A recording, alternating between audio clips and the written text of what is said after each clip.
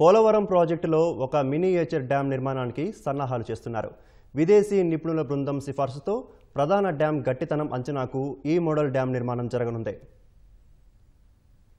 Polavaram gap 2 ప్రధాన dam దిగువనే model dam నిర్మాణానికి సన్నాహాలు జరుగుతున్నాయి. ఇందుకు సంబంధించిన తవ్వకం పనులు ప్రారంభమయ్యాయి. మొత్తం 35 మీటర్ల పొడవు, 50 మీటర్ల వెడల్పు, 3 మీటర్ల ఎత్తుతో ఈ మినియేచర్ నిర్మాణం జరగనుంది. ప్రధాన డ్యాం నిర్మాణంలో ఆకృతుల ప్రకారం ఏ మెటీరియల్ ఎంత మేర వాడుతున్నారో ఇక్కడ అదే తరహాలో వినియోగించనున్నారు. నల్లమట్టి, రాళ్లు, ఇసుక, ఇతర మెటీరియల్ ఇందులో నింపుతారు, రోలింగ్ చేస్తారు. ఈ నిర్మాణానికి 3 వారాల సమయం పడుతుంది. ఈ మినియేచర్ నిర్మాణం వల్ల ఎదురయ్యే అనుభవాలతో డ్యాం గట్టితనాన్ని పసిగట్టవచ్చన్నది ఇంజనీరింగ్ అధికారుల మాట.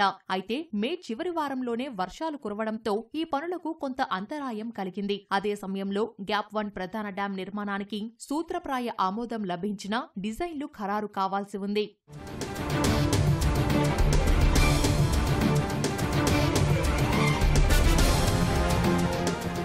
పోలవరంలో డయాఫ్రమ్ వాల్ నిర్మాణ పనులు జరుగుతున్నాయి. 2 గ్యాప్లుగా ప్రధాన డ్యాం నిర్మించాల్సి ఉంది. గ్యాప్ 2లో ప్రధాన డ్యాం నిర్మాణానికి డయాఫ్రమ్ వాల్ నిర్మాణం పూర్తి చేయాల్సి ఉంటుంది. గ్యాప్ 1లో ప్రధాన డ్యాం నిర్మాణానికి అంతా సిద్ధమైంది. ఆకృతులు సిద్ధమయ్యాయి. వాటిని పోలవరం ప్రాజెక్టు అథారిటీ ద్వారా కేంద్ర జల సంఘానికి సమర్పిస్తారు. 2వ గ్యాప్లో ప్రధాన డ్యాం నిర్మాణం ఈ ఏడాది నవంబర్ నుంచి ప్రారంభించాలనే ఆలోచన ఉన్నా మరింత ఆలస్యమయ్యే అవకాశం కనిపిస్తోంది. ప్రధాన డ్యాం గ్యాప్ 1లో 540 మీటర్లు, గ్యాప్ 2లో 1750 మీటర్లు నిర్మించాలి. 45.72 మీటర్ల ఎత్తుకు ఈ డ్యాం నిర్మిస్తారు. ప్రధాన డ్యాం ఎలా నిర్మిస్తారో అచ్చం అదే మెటీరియల్ వాడుతూ ముందుగా మోడల్ డ్యాం నిర్మించి దాని పటిష్టత, ఎన్నిసార్లు రోలింగు చేస్తే అనుకున్న గట్టితనం వస్తుంది వంటి అంశాలను తేల్చాలని విదేశీ నిపుణుల బృందం సిఫార్సు చేసింది. విదేశాల్లో ఏ పనులు చేసినా తొలుత ఇలా నమూనాగా చేసి దానిని పరీక్షించి ఆ ఫలితాల ఆధారంగా ముందుకు సాగుతారు. ప్రస్తుతం ఆఫ్రీ ఆకృతుల సంస్థతో పాటు విదేశీ